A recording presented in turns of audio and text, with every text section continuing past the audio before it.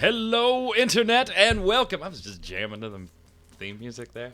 Welcome to the Free-to-Play Cast, brought to you by MMOBomb.com, your home for all things free-to-play related. I'm your host, Mike Byrne, a.k.a. magicman, and this is episode 242, recording on November 9th, 2017. You're watching it on the 10th or later, and we got a ton of stuff to go through. We've got developers going away. We've got games going away. We've got BlizzCon news. We got, hey, don't chat in games news. Wait, what? Don't you, wait, what? MMOs, we need to be, all right, we'll get to it. But first, let's introduce the panel. On the line, Ms. Quinlan Bowers. What's up, Q? Hey, I might be moving, or I am moving again. Oh my god. This is what, like house or apartment or whatever, 6 in the last year? Not counting tents and hotels. Right, yeah, not counting. Yeah. Oh my god. So we're still staying in the same general area of the country, right? Staying in the same town. It's just that this apartment that I got, when I got it, I had to do it really fast, and it turned out to be kind of more of a slum area. It's really hard to get a place when you have 3 pets. Yeah. So I did it really fast. It was something I could afford, and they allowed pets, and things have just gone way, way downhill here. So I started looking for a place and had actually just found one yesterday and was going to go in and look at it today when we got a letter from the owner of the place evicting everyone on the property. Oh, jeez. For crying out loud. Well, good luck with the new place. Hopefully the doors work and they have pest control. Oh, it's the small amenities of life. They have pest control. Also on the line, you've heard him laughing in the background, Mr. Troy Blackburn. What's up, New Fridge? Sorry, can we wait to do the show? I'm trying to get something I want out of these loot boxes. Oh, and it's just not working out. What is this? I don't even want this. Do you need to borrow some money again? I mean, yeah. I mean, if you wouldn't mind forwarding me a few bucks. You keep telling me it's for utility bills and groceries, but I'm a little skeptical now. Well, I mean, there's a Doge. There's a Doge. You're not playing I Can't Believe It's Not Gambling, are you? No, we're going to talk about that later, too. That's part of the news. So let's get started with that news.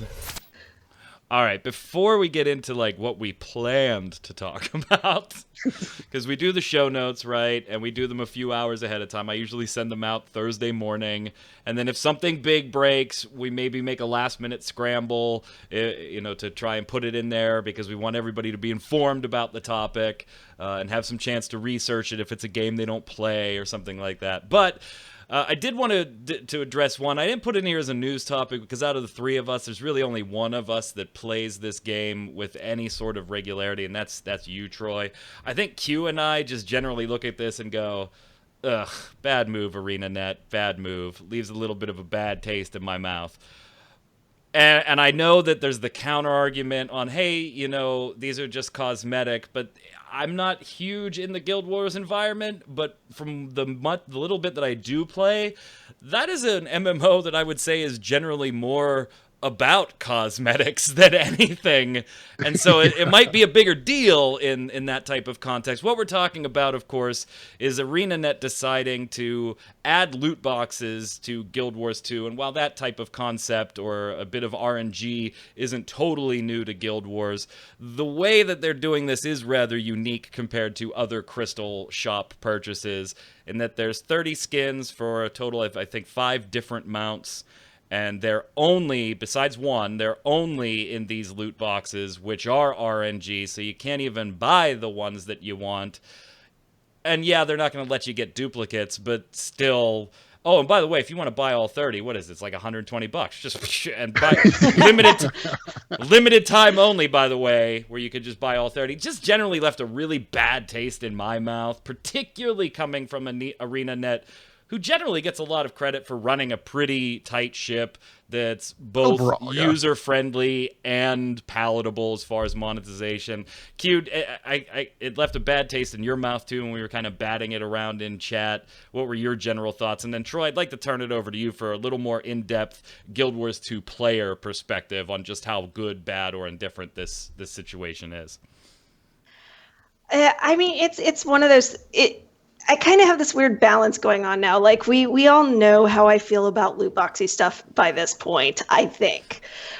But part of it is like, yeah, whatever, cosmetics, yada yada. And then there's another part of me is just like, well, it's par for the course, and I don't really know that I can bring myself to, since I don't play the game, I don't know that I can bring myself to care all that much anymore. Yeah.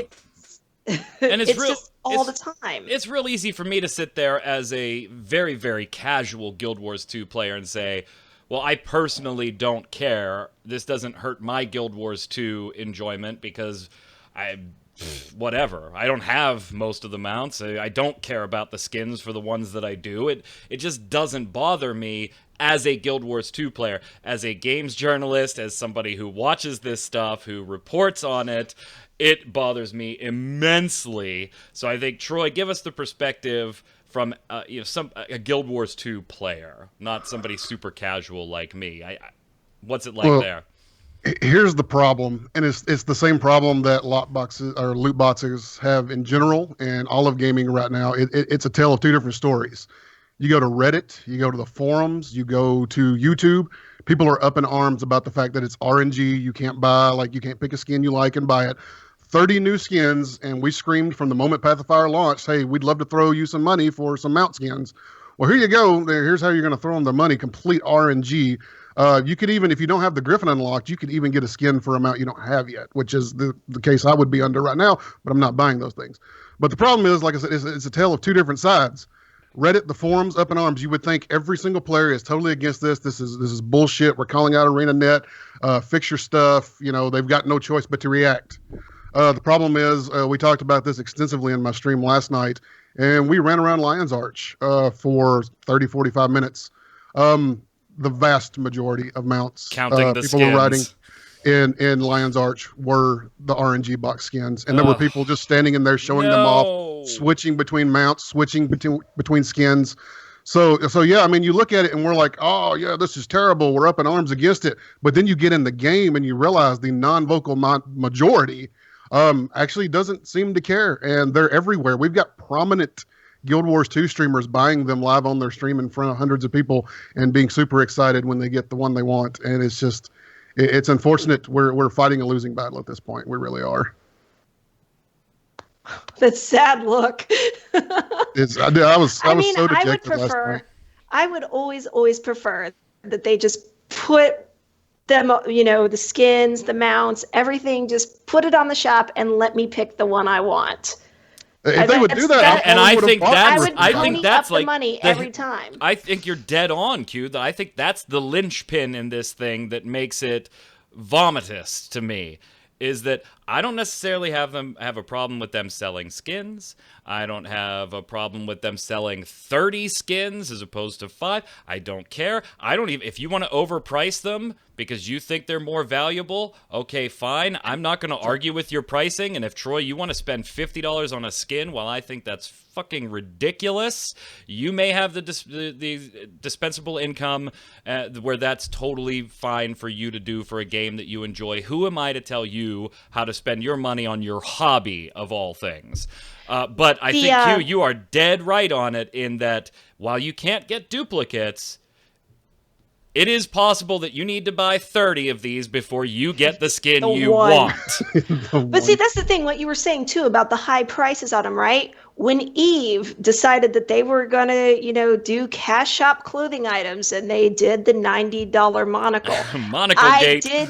I did not get mad about the monocle. They picked a price for it, and I understood their logic. Some things are super expensive in the real world, and they wanted it to be as close to the real world as possible. So some things are $5 and some things are $90. The market's going to dictate if you can get away with that price. Right. And also, ArenaNet has one skin They introduced 31 skins on the marketplace yesterday. 30 of those are in the RNG lockbox. 1 is direct purchase. Yes, it's a little expensive, and just like Mike was saying, if it's worth it to you, that's fine. It's 2,000 gems. It's like $25 if you buy like just the straight amount of gems you need to get it. That's fine. Yes, it's too expensive for me. It's not worth it to me. But if other folks think that it's worth it, fine. That's fine, dude. Get your joy and your entertainment out of it. But the other 30 are locked in this RNG lockbox. Yeah, it's like they introduced the gambling mechanic just because they wanted to introduce the gambling mechanic.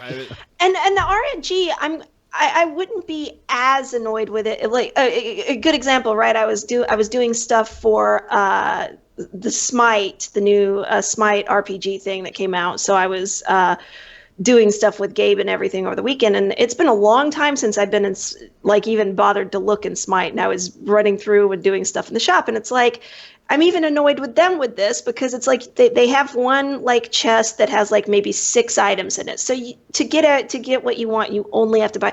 But then there's other ones that have like 540 items. And it's RNG, 1 item at a time, 200 gems every time you want to go for it. And most of those are avatars and useless emotes. And right? This Been there, I done don't that. get. I mean, it's literally, well, yeah, we could have put all 30 on these, and Troy, pick the ones that you want, but you would only buy 2 then, Troy, and we want you to buy as many as we can make you buy. So let's I mean, that's like the only logic for introducing the RNG portion of this is I don't want Troy to spend $25. I'm hoping that Troy will spend $250 going through all of these, and you know, I'm just picking the numbers randomly. And hopefully it takes him 6 tries to get the one he wants and not just 1 purchase. And that's the part that seems that just bad taste in my mouth, particularly coming from ArenaNet. Like, I wouldn't have such a huge problem with this if it wasn't Arena. Like, WebZen, I would have been like, that is par for the course for WebZen. Yeah. But this is not traditionally how ArenaNet has held itself higher, and then we got their financials today, Q, and we can kind of see why maybe they wanted to try this. The financials for the last quarter just kind of show that Path of Fire really just brought Guild Wars 2 back up to pre-Heart of Thorns numbers, not a growth period. So, ugh. Go ahead, Q. So here's an idea, though, right? Okay, they want to do the RNG. That's fine. And some people really like the RNG thing for whatever reason. But what if they did this? Okay, there's maybe only, say, 10 skins that I want out of a 50 skin thing. Give me the option to just straight up buy the skin I want. Just charge me a little more for it than you would charge the RNG people. Yeah. I would totally pay more, a little more, just to be able to go in and go, oh, this is the new Discordia skin. That's exactly the one I want. It's, you know, just do it that way. Well, here's the thing, and Troy, too, you brought up the one that they do let you buy individually. I'll tell you the only reason it's there. The only reason that's there is to set an arbitrary dollar amount to a skin. That's the only reason it's there, is to show the customer what those skins are worth. And here's the sad part: those mount skins that are in the RNG lockbox, they're of varying quality. They shouldn't all be sold for the same amount. There are some that could be sold for more, closer to what that singular sales item is. There's more particle effects, more changes to the actual skin. There are some that you could create if they just gave you more dye channels on the base skin. There are some that are just World of Warcraft levels of recolor. Right, in this so that RNG would be. box. But that would be the way to go about, like, if you just did, okay, all of these are in the RNG, and so you literally are gambling. You can either get a crappy, just different color of a skin, or you can get one with all the cool effects and everything. So the quality will vary, but you got this flat rate, and you're gambling. But if you just want to straight up buy the cool one with the particle effects, you just pay more for it. Like, just straight up, and then people can get their little gambling thing on if that's what they want to do. Because I realize for streamers and stuff, I think it's probably really fun for them to just open stuff and be like, oh, what is this? And they're part of the problem. Well, I mean, but I'm saying there's a solution that allows you to have both. Yeah, and here's the other thing too. And I'm not calling any streamers out by name. I don't even know any that do Guild Wars 2 because it's not something that I search for to watch on Twitch or anything like that. But I will tell you, just being in games journalism, there is a certain amount of stuff that we are given. To go and review things. Smite, when they want us to check out something new, or they want us to get on a conference call and check out, and Q, you can attest to this, they'll usually throw a code or two for a skin or for a god that's coming out so that we can go and check it out. Or gems. And a code for some gems to go buy that, or go buy the skin, or whatever. And I will tell you flat out, the last 2 Guild Wars expansions, I was given absolutely free of charge to do the coverage that we do on MMOBomb, and we certainly appreciate it because there are certain instances where I've had to buy that stuff personally out of pocket so that I can get the coverage when it's relevant rather than wait for PR to maybe throw me a code or something. And ArenaNet's always been one of those generous ones that's just, here's the Ultimate Edition, which comes with a bunch of gems, which would be very easy for me to sit there and use on a stream to pull skins, and I didn't really pay a dime for it. I didn't really pay a dime for it. So I just always question this type of stuff. Here, I have 2 things that I want to say on this, and then we can go on. One is for developers and publishers. Get your fix now. Legislation is absolutely coming. It's absolutely coming. It may be 6 months from now, it may be 2 years from now, but there will be legislation on this, just like we saw for years online actual gambling, Troy, in the United States was totally unregulated, went wild, and now it's hard to find a site where you can legitimately do it in certain parts of the country. The legislation is coming.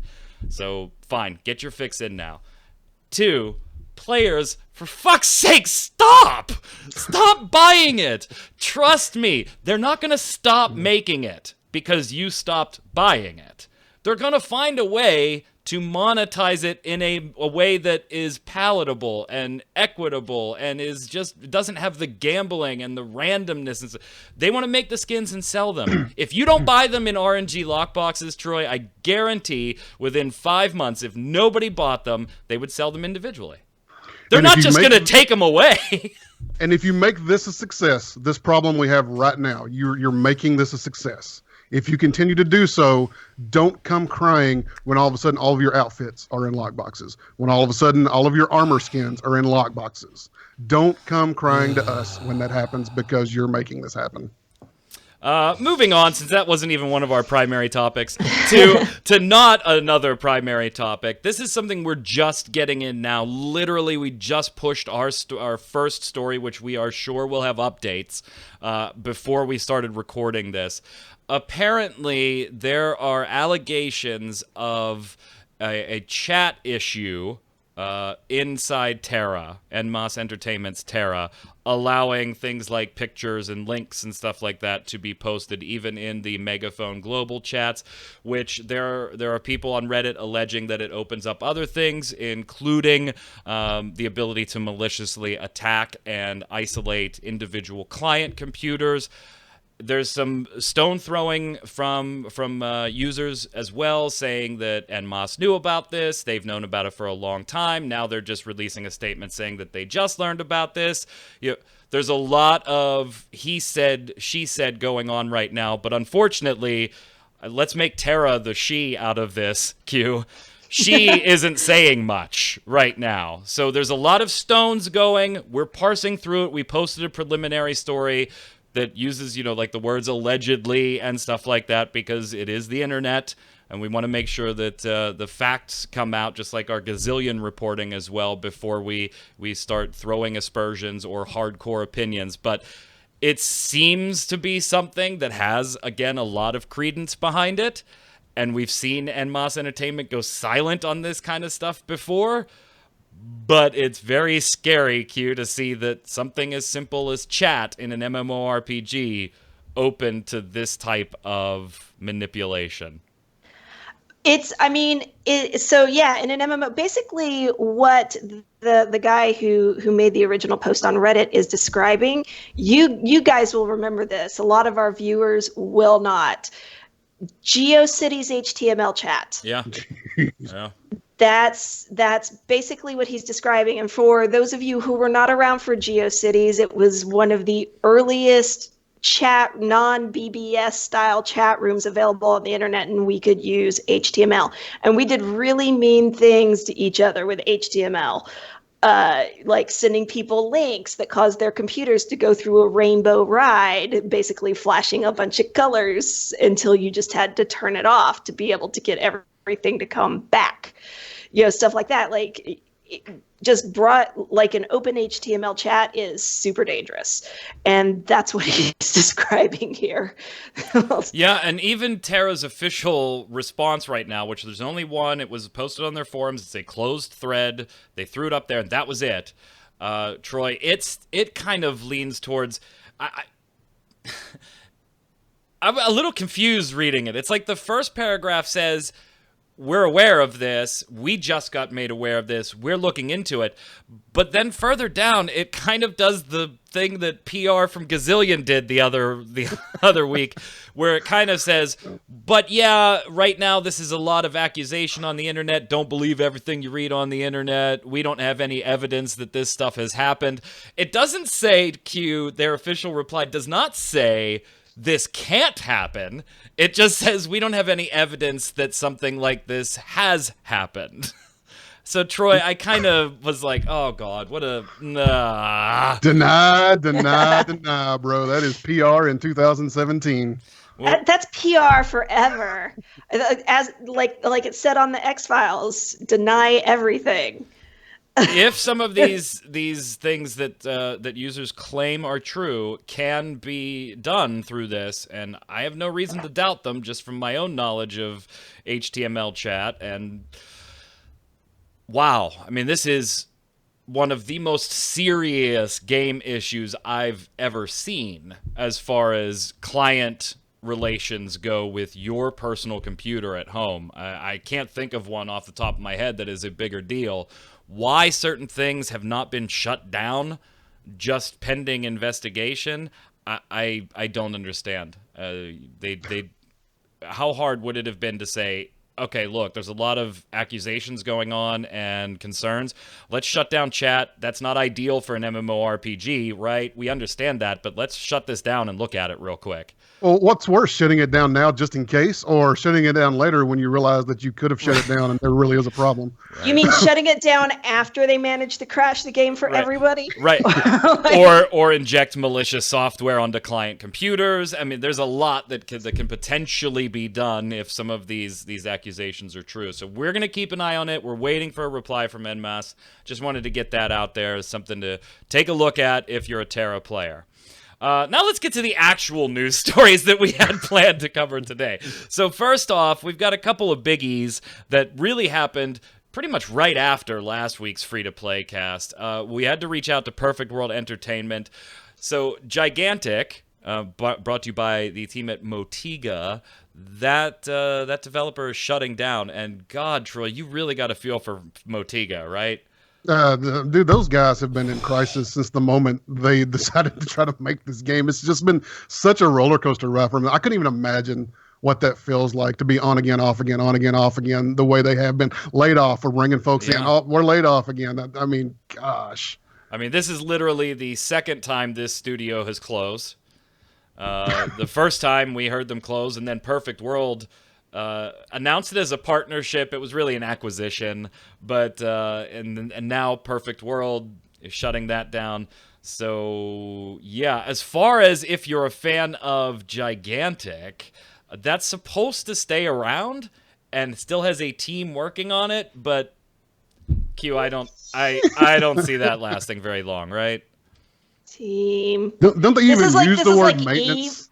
This is like back when they kind of shrunk the studio for CCP in Atlanta, and when we still have people working here. Yeah, lots of people. One of the comments from somebody who left Motiga, Chris Slip. Who is this? Audio lead Dan Chrislip said, just to clarify, no, Gigantic isn't going to end anytime soon. I'd assume that Perfect World will take over. Yes, this is a tweet from a Motigan, but no official word has been said, but I'd assume it's true. And finally, when I say assume, I mean, yes, this will happen. Yes, this is 100% true. So... Then why say assume like 4 times? Yeah, I don't know. Then you have to clarify the word assume by saying, no, this is actually, I assume, but it is fact. Yeah, it goes back to the whole, well, that depends on what the definition of the word is. We did reach out to Perfect World Entertainment, of course, which because it wasn't just Motiga, by the way. Seattle office, Runic Games, they're closed too.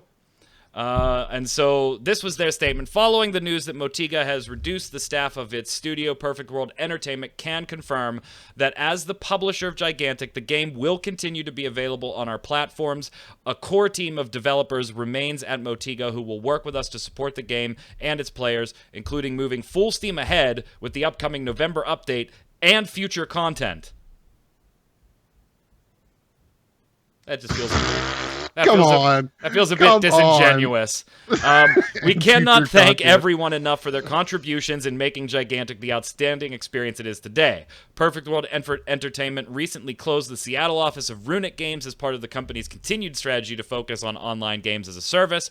We're grateful to the team for all their hard work, bringing incredible experiences like Torchlight, Torchlight 2, and Hob to life. Runic Games will remain a part of Perfect World Entertainment's portfolio of studios, and its games will continue to be available to players as we stay committed to supporting and growing Runic Games' beloved franchises. See, their statement about Runic Games has also come under fire as well, because they made this statement in Seattle office of Runic. I got the same face that I put on for the Motiga statement. And then, the Runic guys came out and said, look, there's no such thing as, like, the Seattle office of Runic, like there's some satellite office. There's just Runic, and they've shut us down. Because Runic is, like, this big. Yeah. And they're just like, they've shut us down. Like, and it's funny too, because both of these games came under the Perfect World banner, right? It came across publicly as either a partnership or just a publishing deal. Yes. I'm to find out, no, actually Perfect World has acquired these two companies and are now shutting them down. I think for me personally, and I feel sorry for the Motiga guys, because like I said, those guys have been on a roller coaster. The one that hurts the most in my heart is the Runic, man. Like Torchlight 2, Hob, critical success, obviously probably not a commercial success, but Runic made some great games. They didn't crank out a ton of games, but man, they made some that were just, at least in their time, were just phenomenal. The hours I've put into both Torchlight and Torchlight 2 are just long hours, and for the price, God, I couldn't have asked for more for how much those games were and how much I played them. Q, what you were going to say something? The Runic thing is actually a little weird, though. Do you remember how Runic, like Torchlight, was originally announced? No, I'm not getting where you're going here. It was supposed to be Torchlight was originally supposed to be a free-to-play multiplayer game.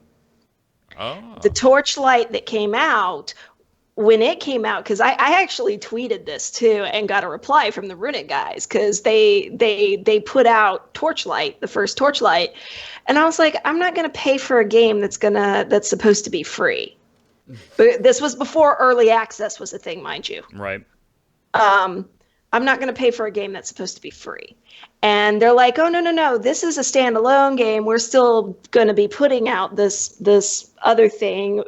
That was the reason they partnered with Perfect World, was they were supposed to be putting out basically like I can't remember if it was like kind of, an action RPG thing with like kind of like the Secret World thing where there's like, 10-ish people on a server, or if it was supposed to be a broad, more MMO kind of thing. But it was supposed to be a free-to-play online game. And that's why they were originally partnered with Perfect World. Oh, I don't think I knew that. Yeah, I didn't know that. So First I heard of that. And we reached out for further clarification to see, hey, what's going to happen with these things, and are any other studios going to be impacted? You know, Neverwinter and all the other things under the PWE banner. And basically, they just replied back to us with the last sentence of their official statement, which was these two groups of layoffs/closers were unrelated, and that's all we have to say. Okay. Oh, breaking rumors. Breaking rumors. Just I seen it just shortly before we started. STO, Neverwinter, Champions Online. Rumors are swirling, but those are next. Yeah, and we kind of got the impression that there was a shakeup. And so when I initially emailed our PR contacts when we were writing about these two things, I said, this is kind of the vibe that I'm getting behind the scenes here.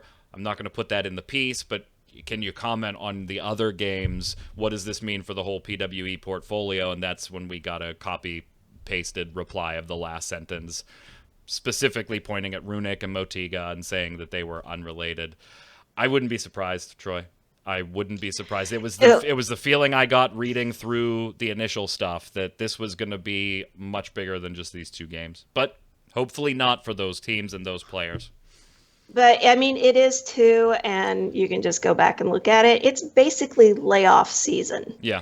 Every year around this time. I mean, Telltale Games just laid off, what was it, like 90 people? Yep. Something like that. It is literally just layoff season. For some reason, companies really love to lay everybody off around the holidays. Well, 'tis the season. Yeah, obviously, we hope that the teams at Motiga and Runic land on their feet very quickly. There are lots of companies looking. Hopefully, there's some talented people there you could pick up. And we'll keep our eyes posted on future Perfect World titles to see if anything shakes out for the rest of them. Now, we talked about NCSoft a little bit earlier. Well, not really. Never mind. We didn't. That was ArenaNet. So we didn't actually talk about NCSoft. We just talked about ArenaNet. But I guess we could have talked about whether those RNG loot boxes actually came from NCSoft or not. Well, hey, I mentioned that really an ArenaNet call or not? I mentioned NCSoft's financials. So we talked about NCSoft earlier today, and I just thought this was kind of funny. So we just celebrated a couple days ago the 10-year anniversary of NCSoft acquiring City of Heroes. And what I thought was funny was that the next day, a number of their games were hit by DDoS attacks. Now, the two could totally be 100% unrelated, Troy. 100% unrelated. Because Lord knows those City of Heroes folks are not bitter about that at all. I mean, they could totally be unrelated. I just thought it was kind of eyebrow-raising in a conspiracy theory kind of way, maybe. So the games we're talking about were Ion, Blade and Soul, Lineage 2, and all three of those made sense to me because they were like kind of, NCSoft's upper echelon of financial reporting. And WildStar, that one I didn't get. Why? It's there. People know what it is. Why kick it while it's down? Right. Why skip over like Guild Wars 2 and stuff and go straight at WildStar? I don't know. Which Guild Wars 2 did have server issues this week too. Well, here's weird, the thing. It didn't get reported as being related to that. Right. And so some of the reports were saying that they were identified on the various games forums and stuff, and so they were reported quickly. But Comcast in particular and some other ISPs in the United States were having some troubles as well.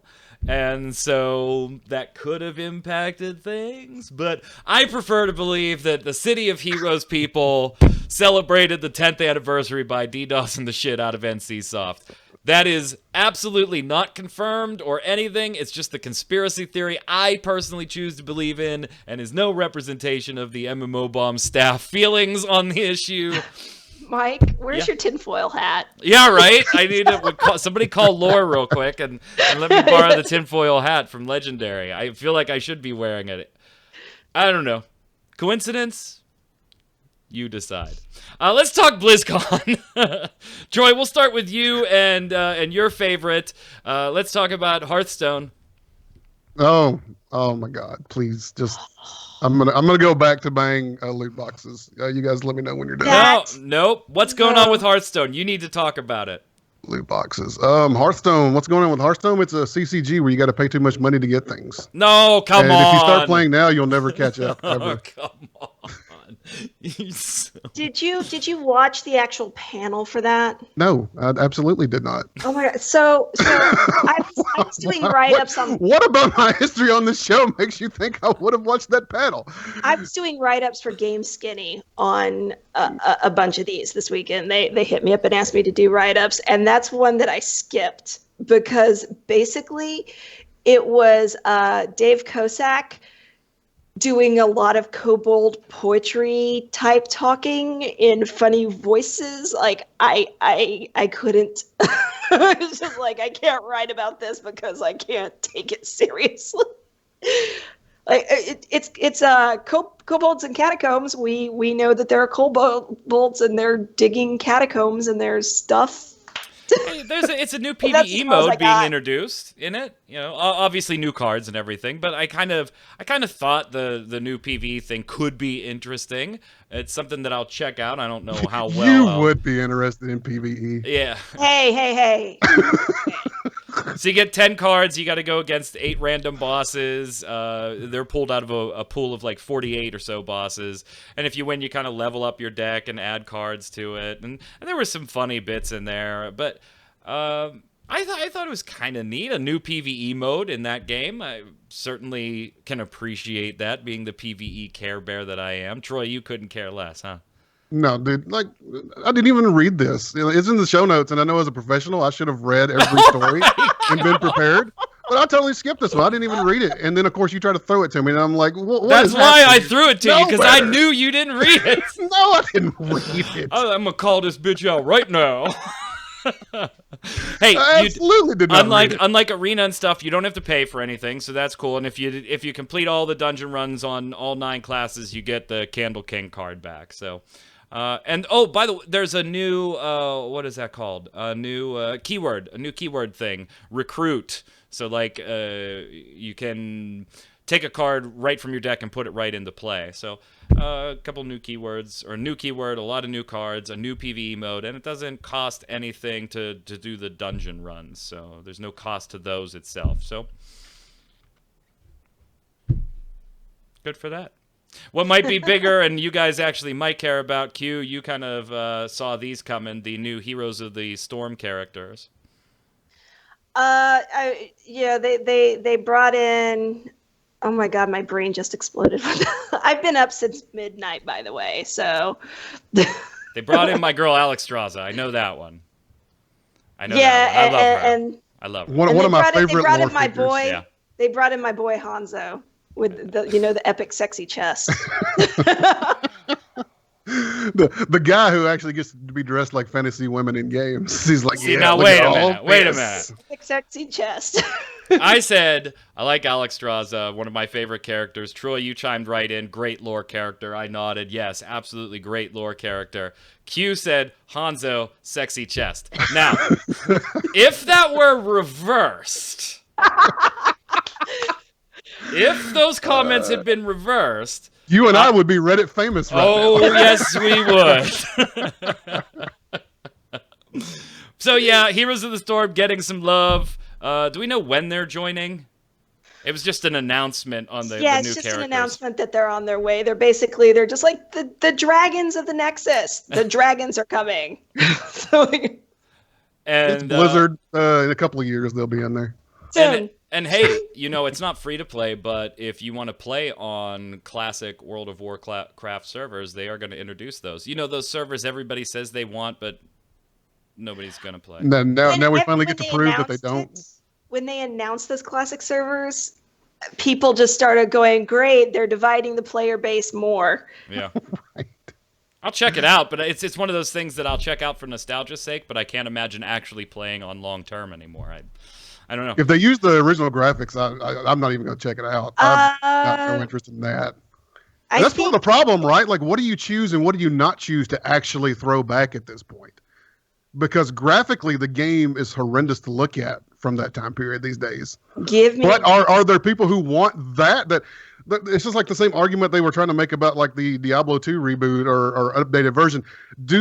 Are they looking for the bugs and the quirks and the shit that wasn't They're right? taking all of that Is that out. part of their nostalgia? Yeah, they're taking that stuff out. There's going to be folks who make the argument that was part of the game.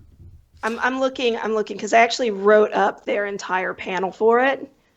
Yeah, and I mean, there's got to be an audience for it. We've already seen, third parties do this, and actually, There's an audience who wants to play World of Warcraft for free. That's the audience, and that's not what we actually saw them go to Blizzard and talk to Blizzard, and unfortunately, nothing panned out. And Blizzard, I guess, kind of took the "well, we don't really need you for this, and we're gonna do it ourselves" attitude, which it's their right to do, I guess. It's their intellectual property.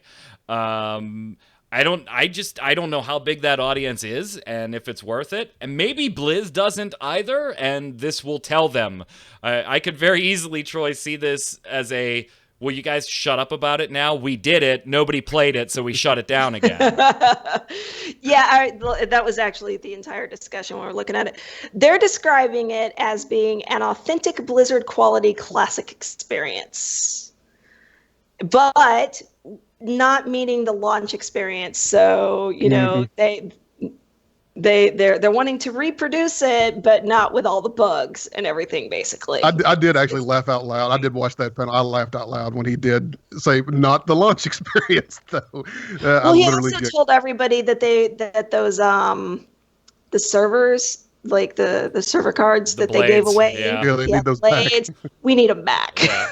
It'll be interesting to see. I remember doing certain stuff that I am disappointed isn't there, but I think I'm only disappointed isn't there anymore in World of Warcraft because it was a pain in the ass to do, and now you young whippersnappers don't have to do it. I think it's just one of those. Like I mained Warlock, right? So to get my first mount, I had to go get the 3 different items and then go into an instance and do this whole extra summoning and beat this extra boss and everything. It was a huge pain in the ass. When you were done, you were like, oh yeah, look, I got my Nightmare Steed. Oh yeah, go me.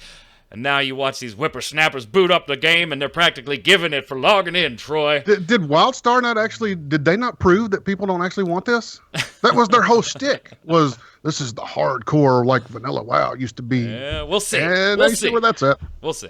But they're admittedly with WildStar, there is not the nostalgia factor of I've played this back in the day, and I want that. No, the people that are yelling that they want the hardcore WoW experience want the hardcore WoW experience. Yeah, and Troy, they do have their 18 pairs of rose-colored glasses. I'll give you that. And I do think there's a certain element of Troy that now that you'll be able to do it, but you have to pay for it, that it won't be as popular as it is when it was not something you had to pay for, which is certainly another consideration too.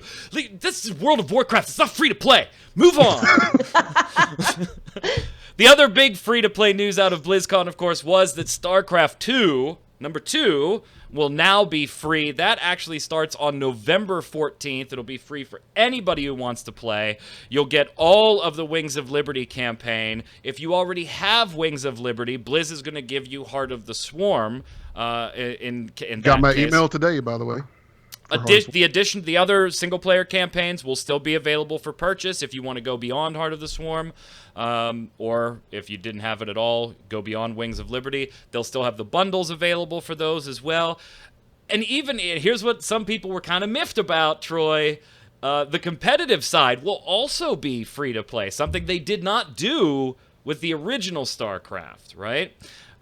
So the competitive multiplayer, rank ladder, co-op modes, that's all available for free-to-play players. You'll also be able to play every co-op commander, including new ones that come out, up to level 5 for free.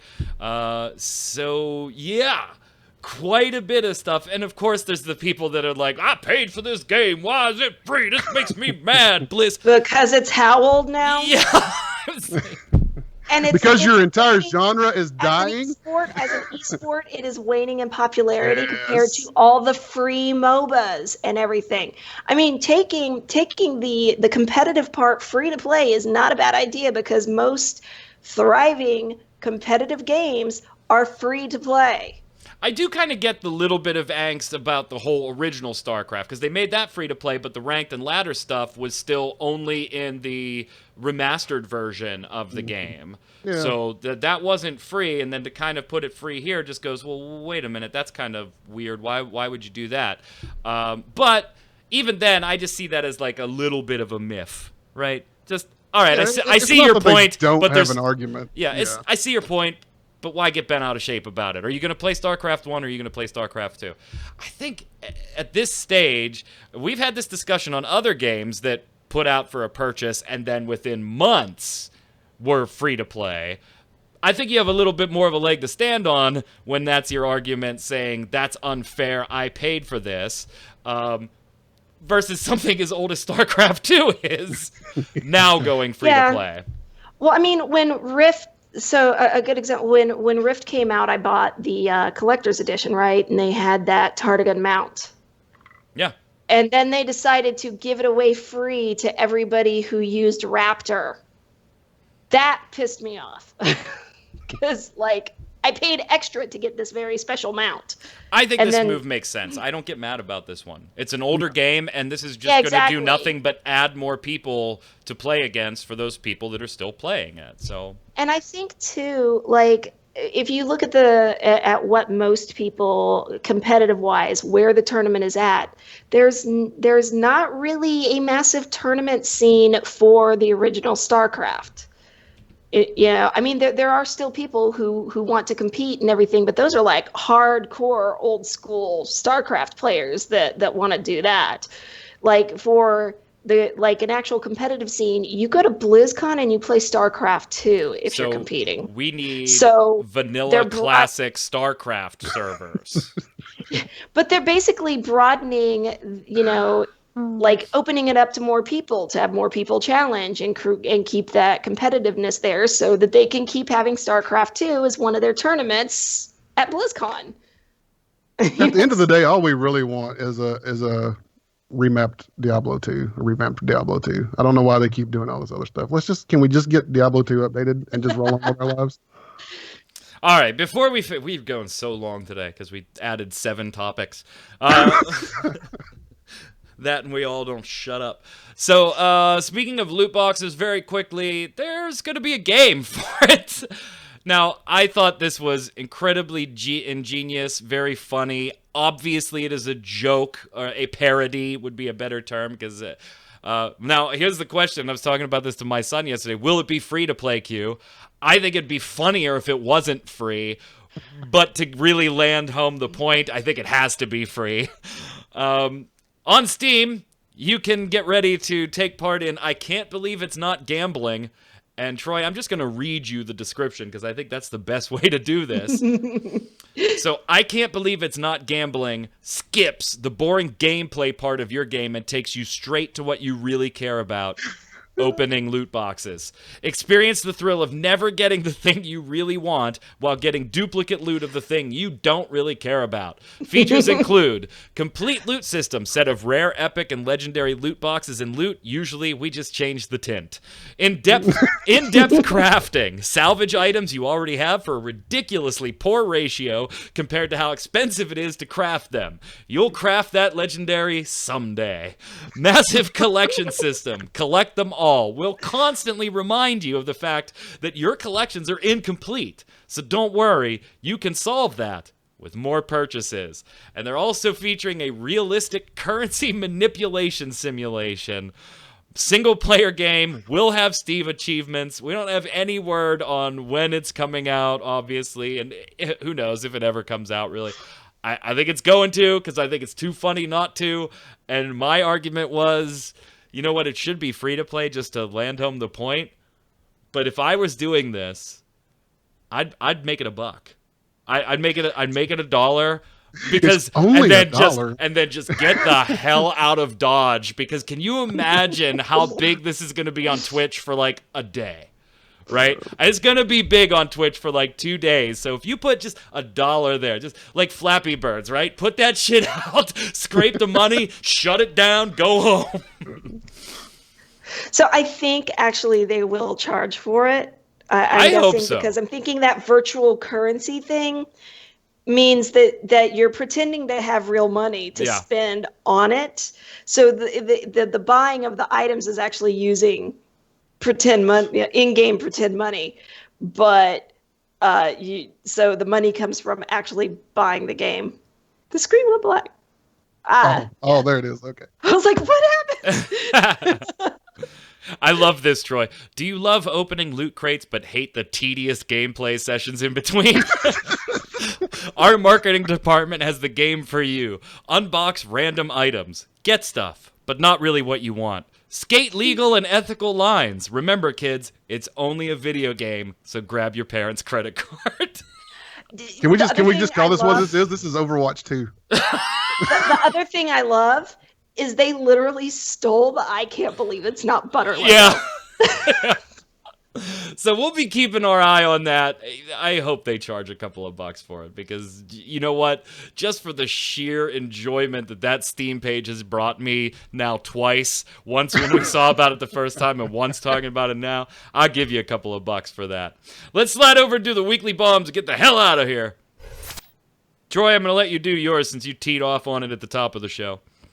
Oh, crap. I have an A-bomb, but I don't even know who to give it to at this point when it comes to the RNG loot box mount skins. I can't help but feel like we're fighting and losing a battle against this. And I think I'm so dejected at this point. I think I'm just going to give the A-bomb to myself for continuing to fight against something that the majority of players just don't seem to care about.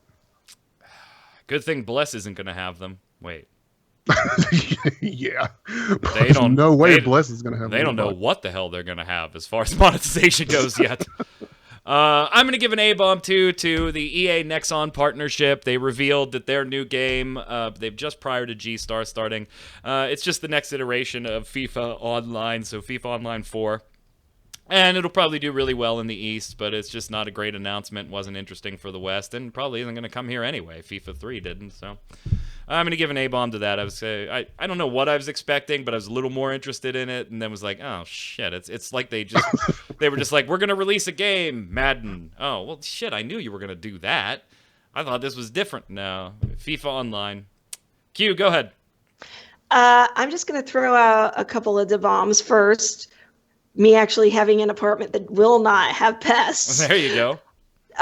Two, and well, I guess kind of one coupled the bomb for Smite. Actually, I got a chance, like I said, to play their new RPG thing, and it is crazy fun.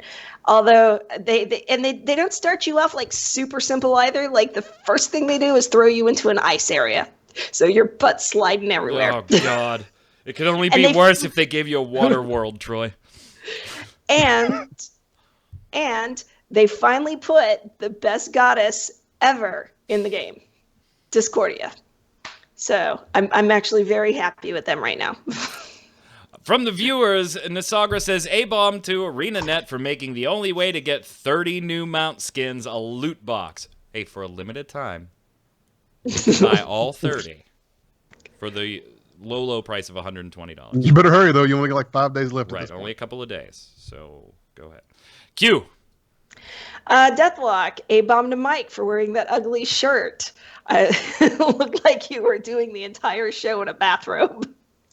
I missed this shirt. Yeah, I couldn't remember off the top of my head when I put that in the comments what shirt that I wore, so I queued up the free to play. It was just a dark green collared button-down shirt. Well, Sorry? apparently they don't approve. Is this one better, Deathlock? My Guinness hockey jersey? Is that? Let me know. Hashtag Mike Fashion. Go ahead, Troy. Oh, Wilfredo Rivera, the bomb to Troy for being so stubborn about Bless Online. He's never going to back down, even if Bless is actually good. It won't be. I love the dedication to his stance. I really hope when the game launches, it does change your mind. It won't. However, I hold your various stance to WoW. May WoW burn in a fiery abyss.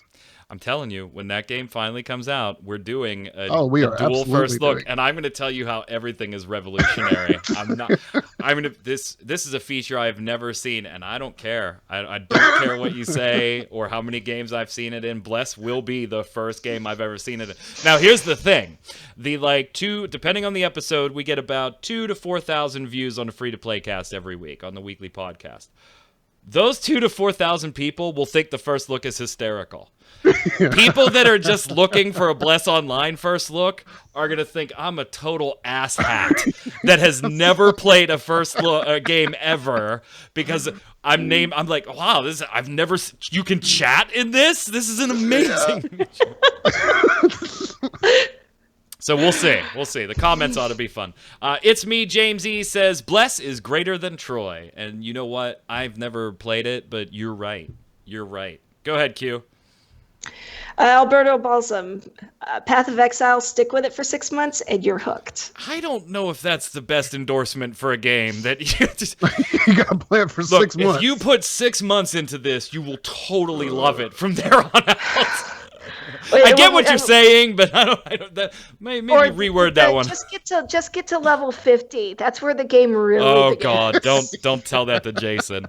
Go ahead, Troy. Yummy Kami, about Bless Online. Can we please stop trying to make a new WoW and failing almost every time? Go original or go home. If you want to capture an audience, you don't make the game the audience already has, but worse. You make something the audience does not have yet. Every time I try to go back to WoW, it is like, been there, done that. Every time I try a WoW like MMO, kind of been there, but better. Firefall was one rare exception because it was an MMO, but played totally different. If only they had a plan on what the fuck to do with it. So yeah, Bless Team, you throw away a lot of time and money to make something, and you never knew what the fuck to do with it either. Yeah, I think Firefall is a great example in that sense, because Firefall, every time you logged in, it was different. You're like, let's see what this game is like today. Right. This reminds me of Firefall. It is Firefall. No, it's really different, but it reminds me of Firefall, what Firefall used to be. And 6 months from now, that will remind me of what Firefall was now. Victor Alkaiser says, at the 12-minute mark in last week's show, I very much disagree. In fact, this will be my first A-bomb, and it's going to be for you guys on this one. Dauntless requires a lot of teamwork. You can't just spam attacks and expect to not get murdered for your efforts. Just like any game with a learning curve, the first few behemoths don't require too much from the player, and that's the learning phase of the game. But not long after, you'll find hammer wielders standing in front of their team to blast a charging behemoth in order to knock it off its course. A chain blade wielder latching onto a needle-spewing behemoth to destroy the needles on its back so it can't shoot anymore. An axe-wielding timing their charge strike just in time to knock a behemoth down for everyone else to pile on, or a sword wielder smacking lightning orbs back at a behemoth to stun it and keep it busy while everyone else quickly destroys lightning tethers that have them trapped. Of course, all weapons have the ability to do these things. However, there are some a little more specialized than others at certain feats. My suggestion, at the very least, watch some in-depth videos on a game before you start making claims that all of it is just a spam fest. And I will tell you this, Victor, you make the game sound a lot more exciting than it actually is to me. That's just a personal opinion that has nothing. I write a book, my friend, because you got fantasy action down pat. Go ahead and do it. And I replied to Victor on YouTube on this one, but just in case anybody else thought, I didn't think that I was saying it didn't require teamwork. I think my point was more that all the classes felt the same at the end of the day, even if the weapon was different. Go in, dodge, do your melee thing, do whatever you're supposed to do, back out, wait, come in, dodge. That the classes felt the same. And if it came off like I was saying it didn't require a lot of teamwork and was just a spam fest, I apologize, and that's my miscommunication. I was more trying to make the point that the classes felt the same to me in general. So, but yeah, right, I would read your fantasy novel. Write some Dauntless fanfic, Victor. Yes. Question of the week last week. Will Gazillion drop the PC version of Marvel Heroes? If so, when and why? That's right, there were no easy predictions allowed. If not, what makes you think that? And I just want to give an update on this story. I sent the information to Jason this morning because I thought it was... I think the comment that I put on it was, well, that's a bit foreboding. So there was an update to Marvel Heroes forums, their PC forums. Troy, I guess we should say it was short. Was it even an update? It was, and this is in the PC forums again, because that's what we were talking about. It was from the developers, and this was on November 3rd. So remember, this stuff happened like the 18th, 19th of October. The 18th, they post something to the forums about some allegations and stuff and how they're not going to respond, and that stuff would be handled internally. The 19th is when the updates kind of start. They don't get for, you know, their Friday update, and then it doesn't come on Monday and stuff like that. Then we don't hear anything Besides the reply they gave to Massively, which just kind of echoed the no comment, we handle these things internally as required by law. On November 3rd, we did get a post to the forum. All it said was, unfortunately, we don't have any news we can share this week, but we wanted to let you know that we're still here, and we'll be sure to let you know when we have an update. We hope to have an announcement soon. Thanks so much. That was 6 days ago. You know, Gazillia's the king of making an announcement that there's an announcement coming. Now they're making announcements that we have no announcements coming. So from the Well, viewers... it's like releasing trailers for trailers. Oh, yeah. BioWare. God, I hate when BioWare does that. Deathlock says, Marvel Heroes on PC will be dead probably before my comment is read. Maybe. We don't know. You can still play right now, but we don't know if it's still alive. We may be playing with a corpse. Go ahead, Q. Oh, that just sounded wrong on so many levels. Yeah, I should probably... Yeah. Yeah. Yeah. Go ahead, Q. Wilfredo Rivera. Oh, hell no. Marvel Heroes on PC has no chance in surviving. Why? Because it all reminds me of Marvel Legends for consoles. Great to see a massive lineup of Marvel characters, but with such shallow gameplay, it's going to die. Even on consoles, it will die at some point. When? I'm calling it now, second quarter 2018. That's exact. I know Troy enjoys the game, but it really is nothing special that brings it to the table. Look at Infinite Crisis and you can see when and where this sad ship is going to sink. Sorry, Troy. I don't know if Infinite Crisis is a fair comparison there. Totally different game type and totally mishandled by Turbine, but I can't argue. The second quarter 2018 seems like a safe guess to me if it doesn't happen sooner, Troy. Go ahead, Troy. You're up. Breckner Catalan, thousands of hours spent in Marvel Heroes just to get this ending. Still unsure how this happened. Is that how you feel too? It's devastating. It really is. I'm sad. Like I've been contemplating going and like doing like a goodbye stream at some time and just play it for a couple hours. Damn, and he's just kind ready to of hold the funeral already. say goodbye and then uninstall it live on stream just because that's Play the where we're funeral headed. march. I can either choose to do it on my time or I can choose to do it on their time. Use and Go says, question of the week, I think first quarter of 2018. The reason I think that is Marvel has ordered some sort of gag order down the pipe to not lose face and profits for the new movie, and so some of the flames have turned down so it can be handled easier in the near future. A-Bomb to PGI and MWO's hilariously poor balancing. So there's a vote for first quarter of 2018. Cute. VP Gearchin, I believe, in my humble opinion, it will go away at some point in early 2018, maybe after the Omega patch.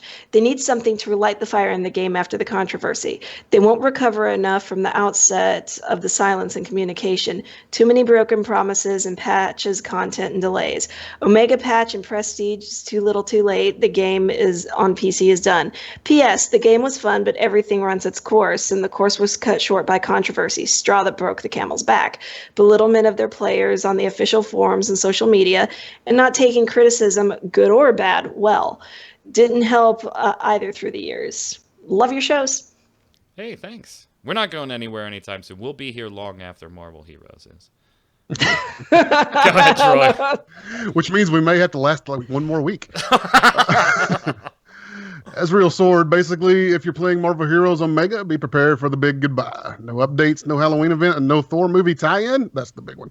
Yeah, the writing is on the wall, even if they keep using the delayed Omega patch as the excuse. Yeah, and scrolling through the forums, that seems to be the general consensus of even people still playing the game that are playing it now. I couldn't tell you, Troy, the number of times I saw in the PC forums, if you want to play it, go play it, but don't spend money. Don't spend money at this point. And that was independent of don't spend money because of these types of allegations. That was just don't spend money because we all feel like it's not going to be here long. Which makes it a giant circle of self-fulfilling prophecy, but at the end of the day, why would you invest money in it at this point? Right. Question of the week for this week. Speaking of Dauntless a little earlier, what's been your favorite weapon in all of your MMO gaming. Why? And it could be a spell, a physical weapon, a passive ability. I don't care. Give me your favorite weapon or ability in all of MMO gaming. And of course, be sure to let us know what game it's from while you're telling us why it's your favorite for all of time. Until next week, Troy, where can everybody find you? Twitch.tv/noobfridge. Maybe we would say a goodbye to Marvel Heroes in the next few days. Troy's determined. No, it will die on my terms. It will die on my terms. I want to remember it as it was. If I'm going to go out, I'm going to go out on my terms. Q, where can everybody find you? Hanging out on the Twitters at Quinlan, and probably I'd say in the next couple of weeks back on Twitch, also at Quinlan. All right. I'm Mike Byrne, a.k.a. Magic Man. You can follow me personally right there on Twitter at MagicMan1. While you're there, more importantly, follow at MMOBomb so that we can tweet at you all the giveaways, all the TERA Don't Chat news, all the loot box news, all the Marvel Heroes Omega is Dead news, and all that other good stuff, including giveaways and first looks. Until next week, stay safe. We'll see you on the servers.